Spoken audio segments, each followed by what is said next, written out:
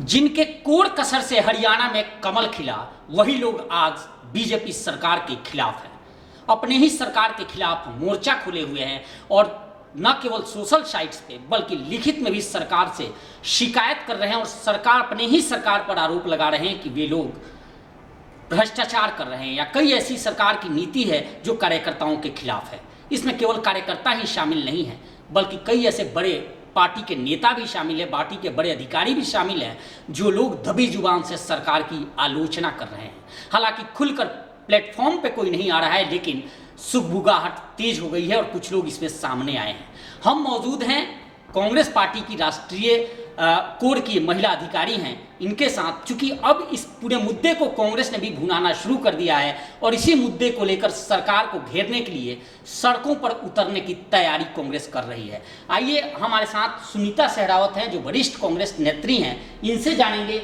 Madam, जो कुछ BJP पर आरोप लग रहा है, पार्टी के नेता लगा रहे हैं, क्या कहेंगे?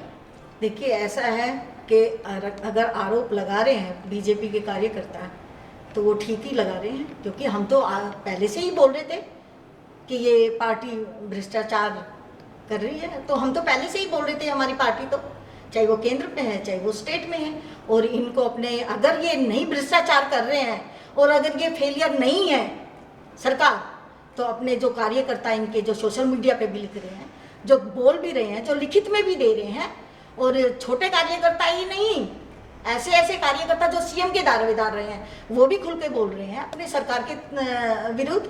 और यहाँ तो मेरे ख्याल में काफ़ी दिन से चल रहा है कि हमारी सरकार फेल है। सोशल मीडिया पे कितना मैंने पढ़ा है, देखा है, सुना है। तो ऐसी सरकार को तो इस्तीफा दे देना चाहिए, बहुत पहले ही दे देना चाहिए था, और अब तो बिल्कुल ही दे देना चाहिए, क्योंकि ये हर मोर्चे पे फेलियर है ये सरकार, और किसी भी मोर्चे पे ये सरकार अपने वादे पे खरी नहीं उतरी है।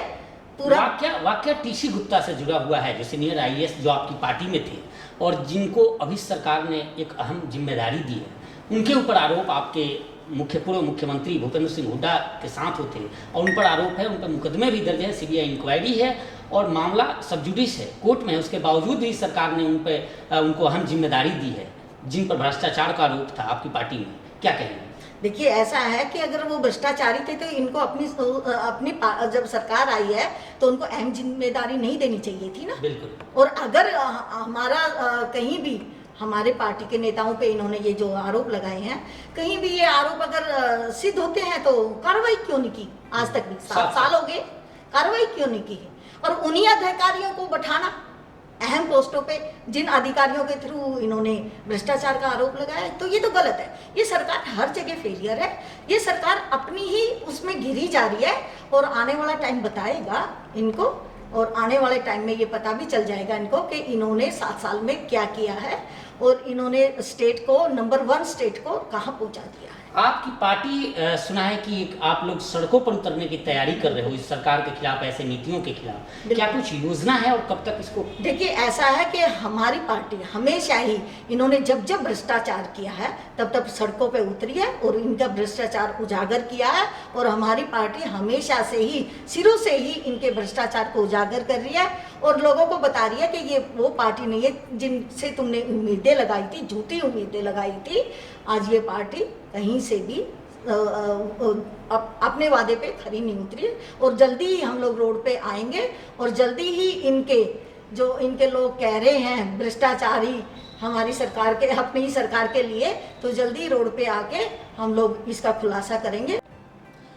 कांग्रेस की तो रणनीति आपने देखी, किस तरह कांग्रेस को बैठे बैठाए यह मुद्दा मिल गया है। अब ऐसे में आम आदमी पार्टी भी काफ़ी सक्रिय हो रही है हरियाणा में, और पार्टी के बड़े नेता लगातार प्रदेश के दौरा कर रहे हैं। आइए उनसे सुनवाते हैं कि आखिर वे लोग इस पार्टी की रीति नीति को लेकर भारतीय जनता पार्टी पर जिस तरह से आरोप लग रहे हैं, जो भ्रष्टाचार के खिलाफ थी, उस पर उनके कार्यकर्ता जब आरोप लगा रहे हैं, तो आम आदमी पार्टी क्या कुछ? नमस्कार, मैं डॉक्टर सारिका वर्मा, आम आदमी पार्टी की दक्षिण हरियाणा की प्रवक्ता। बड़ी मजेदार बात आ रही है हरियाणा में। बीजेपी के ही कार्यकर्ता बीजेपी के ही चीफ मिनिस्टर से सवाल पूछ रहे हैं और उनके प्रवक्ता कह रहे हैं ये तो फकीर आदमी है, झोला उठा के चले जाएंगे। कुछ सुनी सुनाई बात लगती है। मुझे लगता है ये प्रधानमंत्री के वचनों पे चलने की कोशिश कर रहे हैं। पर प्रॉब्लम क्या है कि फकीरी इनको समझ नहीं आती है।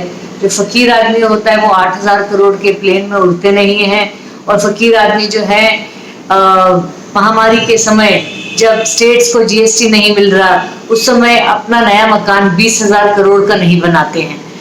रिजर्व बैंक ऑफ इंडिया के हिसाब से हर घर की सेविंग जो है एवरेज वो कम होती गई है, तो लोग जो है फकीर बनते जा रहे हैं, और इनके जो मिनिस्टर्स ना झोला उठा के जा रहे हैं ना कुछ एक्शन ले रहे हैं। हरियाणा में कांग्रेस, आम आदमी पार्टी और इंडियन नेशनल लोक दल मुख्य विपक्षी दल है।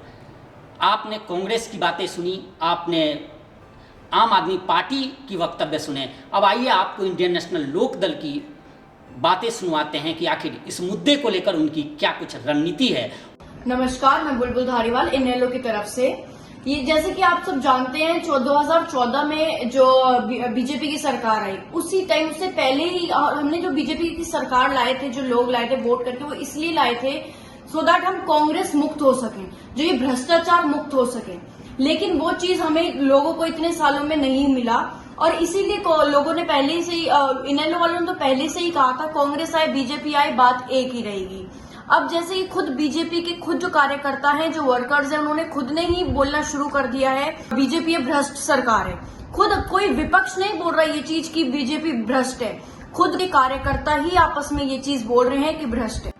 पहले भी बहुत सारे स्कैम्स होते थे, जैसे कि कांग्रेस के टाइम पे कितने स्कैम थे, जैसे कि अगर आप लोग को पता होगा मानेसर स्कैम, सारे प्रॉपर्टी लैंड इससे रिलेटेड जो स्कैम्स थे, वही सब कुछ बीजेपी में भी हो रहा है। यूं नहीं हो रहा कि बीजेपी में स्कैम्स नहीं हो रहे हैं, लेकिन कांग्रेस का ना, अब जितने लोग कांग्रेस में थे वही तो सारे लोग बीजेपी में हैं, क्योंकि जब जैसे उन्हें पता लगा कांग्रेस चली गई, सरकार नहीं है, वो लोग अपने आप ही शिफ्ट हो गए बीजेपी में, अपने नेता बन गए, कोई नेता बन गए, कोई कार्यकर्ता बन गए, अपने अलग अलग रूप में आ गए।